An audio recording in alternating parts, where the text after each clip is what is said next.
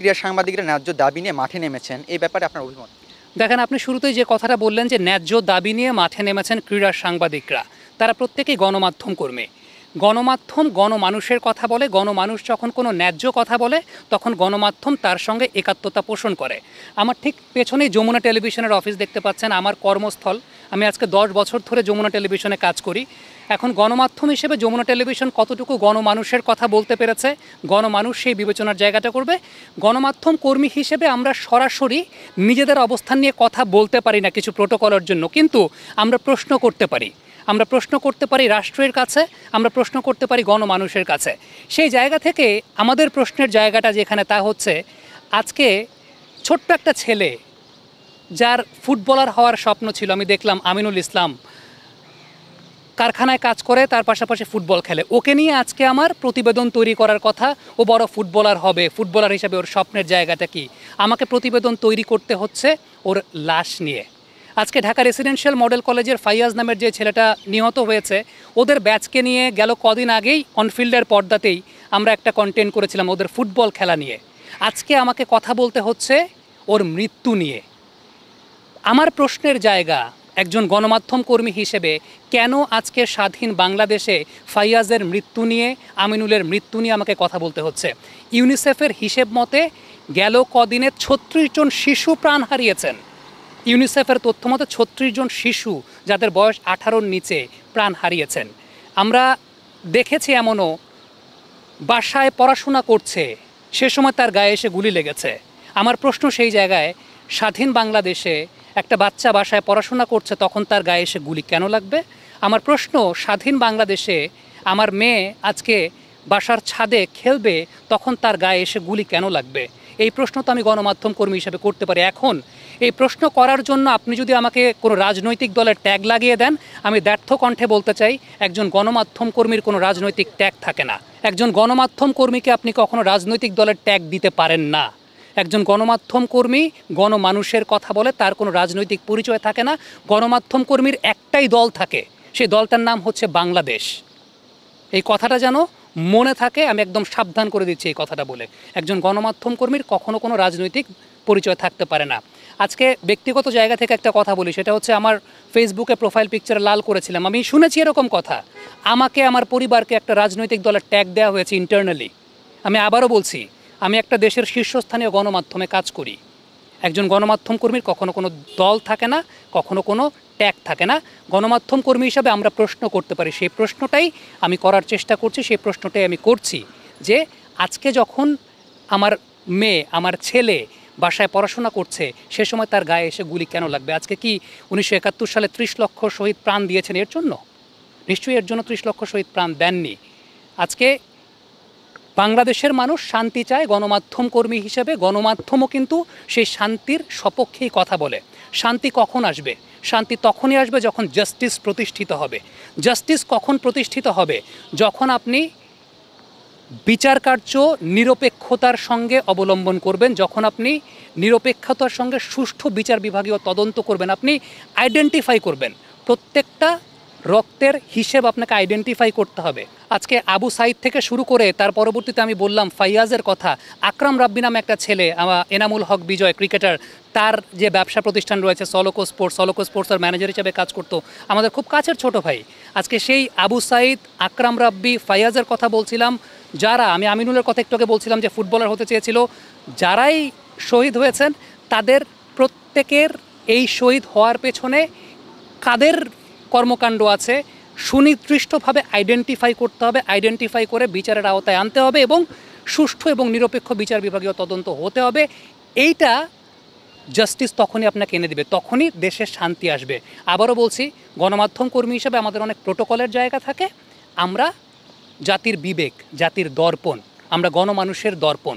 আমরা চাইলেই নিজেদের স্টেটমেন্ট সরাসরি অনেক সময় বলতে পারি না প্রোটোকলের জন্য, কিন্তু আবারও বলছি, আমরা প্রশ্ন রাখতে পারি।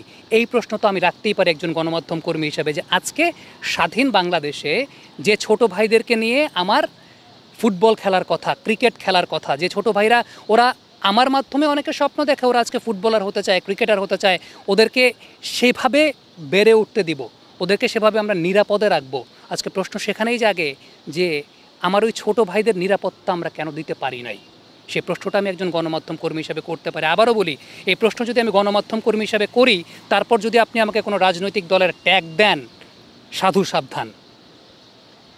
আমরা দেখছিলাম যে আপনি শুরু থেকে ফেসবুকে শিক্ষার্থীদের পাশে অবস্থান নিয়ে সরব ছিলেন। আপনি আহত শিক্ষার্থীদের জন্য রক্ত সংগ্রহ নিয়ে একটা উদ্যোগও নিয়েছিলেন। এই ব্যাপারে যদি একটু বলতেন। দেখেন, এই জায়গাটায় আমার ব্যক্তিগত যে ফেসবুক অ্যাকাউন্ট, যেহেতু আমি আবারও একটা কথা বলে নিচ্ছি, আমি যমুনা টেলিভিশনে কাজ করি। যমুনা টেলিভিশনে গত 10 বছর ধরে কাজ করছি অনফিল্ড, যেখানে আপনিও কর্মরত আছেন, আমিও কর্মরত আছি।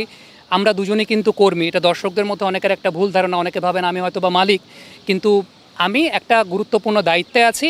সেই জায়গা থেকে আমি অনফিল্ড যেহেতু ক্রীড়া উন্নয়নমূলক প্ল্যাটফর্ম, আমরা অনফিল্ডে খেলাধুলার বাইরে অন্য কোনো বিষয় নিয়ে আসলে কথা বলিনি, সেটা একটা ম্যানেজারিয়াল সিদ্ধান্তের জায়গা থেকে। কিন্তু আমি ব্যক্তিগত জায়গা থেকে আহত শিক্ষার্থী, যেহেতু আমার বাসা ঢাকা বিশ্ববিদ্যালয় ক্যাম্পাসের আশেপাশে, আহত শিক্ষার্থীদের জন্য আমরা রক্ত সংগ্রহের উদ্যোগ নিয়েছিলাম।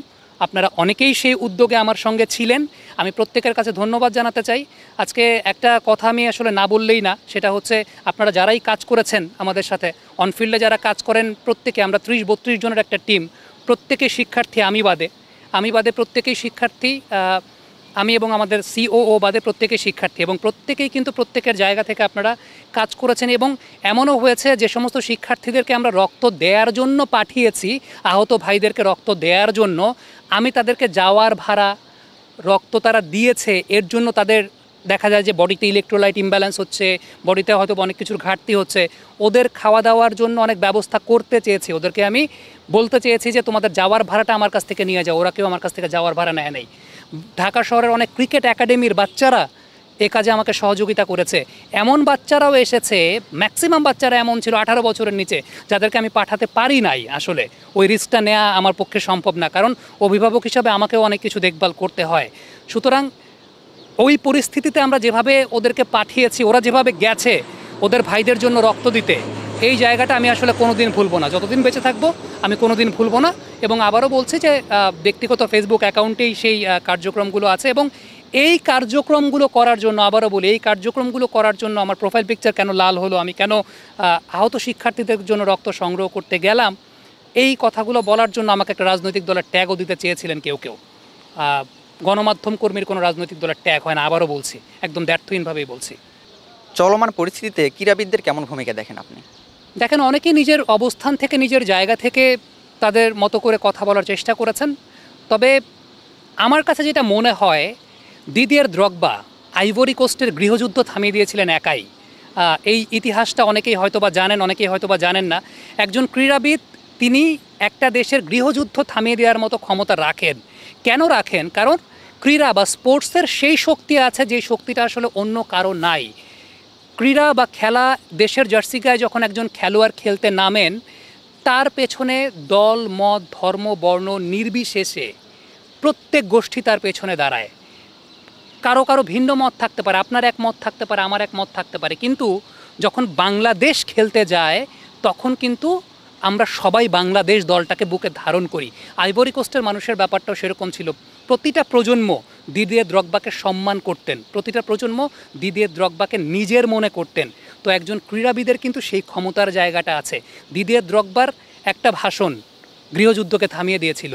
সেই জায়গা থেকে আবারও বলছি, গণমাধ্যম কর্মী কোনো স্টেটমেন্ট আমরা রাখতে পারি না, আমরা কোনো পার্সোনাল অ্যাটাকও করতে পারি না, বাট প্রশ্ন তো রাখতে পারি যে বাংলাদেশে দিদিয়ের দ্রগবা হয়ে কে আসবেন, কিংবা বাংলাদেশে দিদিয়ের দ্রগবা হয় নাই, এটা কি একটা আফসোসের বিষয়বস্তু কিনা, সেটা প্রশ্নটা রাখতে পারি। যেহেতু বলছি গণমাধ্যম কর্মী হিসেবে অনেক কিছু করতে পারবো না, আমার প্রোটোকল আছে, কিন্তু আমি প্রশ্ন রাখতে পারি। সেই প্রশ্নটা আমি রাখছি যে আমাদের বাংলাদেশে, যেখানে 30 লক্ষ শহীদ 1971 সালের মুক্তিযুদ্ধে হয়েছেন, 52 সালে ভাষা আন্দোলনে ভাষার জন্য একটা দেশ সৃষ্টি হয়েছে, একটা দেশের নাম হয়েছে সেই দেশের ভাষা দ্বারা। ভাষার জন্য লড়াই যে কোনো দেশে, পৃথিবীর যে কোনো দেশে প্রথমবারের মতো হয়েছে। সুতরাং সেই বাংলাদেশে দিদিয়ের দ্রগবার মতো কোনো পার্সোনালিটি নাই, এটা দুঃখজনক কিনা সেটা একটা প্রশ্নের জায়গা থাকতে পারে। আরেকটা বিষয় বলি, সেটা হচ্ছে আমাদের বাংলাদেশ এমন এক দেশ, 1952 সালে ভাষা আন্দোলনের কথা আমি বলছিলাম, আপনি দেখেন এই ভাষা আন্দোলন কিন্তু আন্তর্জাতিক মাতৃভাষা দিবস 21শে ফেব্রুয়ারি শিক্ষা, এবং আমাদের কত বড় অ্যাচিভমেন্ট আছে, আন্তর্জাতিক মাতৃভাষা দিবসটা পাকিস্তানেও পালিত হয়। আমরা সেই জাতি। সেই জাতি থেকে কোনো দিদির দ্রগবা বের হবে না, এটা অবশ্যই একটা বড় অনেক প্রশ্নের উদ্রেক করে যে দিদির দ্রগবা যদি একজন ক্রীড়াবিদ হয়ে একজন ফুটবলার হয়ে আপনি খেয়াল করে দেখবেন চকলেট থেকে শুরু করে সাবান মোবাইল ফোন পর্যন্ত ব্র্যান্ড অ্যাম্বাসাডার হন ক্রীড়াবিদরা। কেন? কারণ তাদের কথা মানুষ বিশ্বাস করে, তাদের কথা মানুষ বিশ্বাস করে, তাদের কনভিন্সিং পাওয়ার অনেক ভালো, তাদের কথা যেমন পরবর্তী প্রজন্ম শুনতে চায় বিশ্বাস করে, তাদের কথা অগ্রবর্তী প্রজন্ম বিশ্বাস করে, সুতরাং তাদের সেই পাওয়ারটা আছে। এখন আমি জানি না সেই পাওয়ারটা রিয়েলাইজ করতে কতজন কতটুকু পারেন, সেটা একটা প্রশ্নের জায়গা অবশ্যই আছে। Thank you.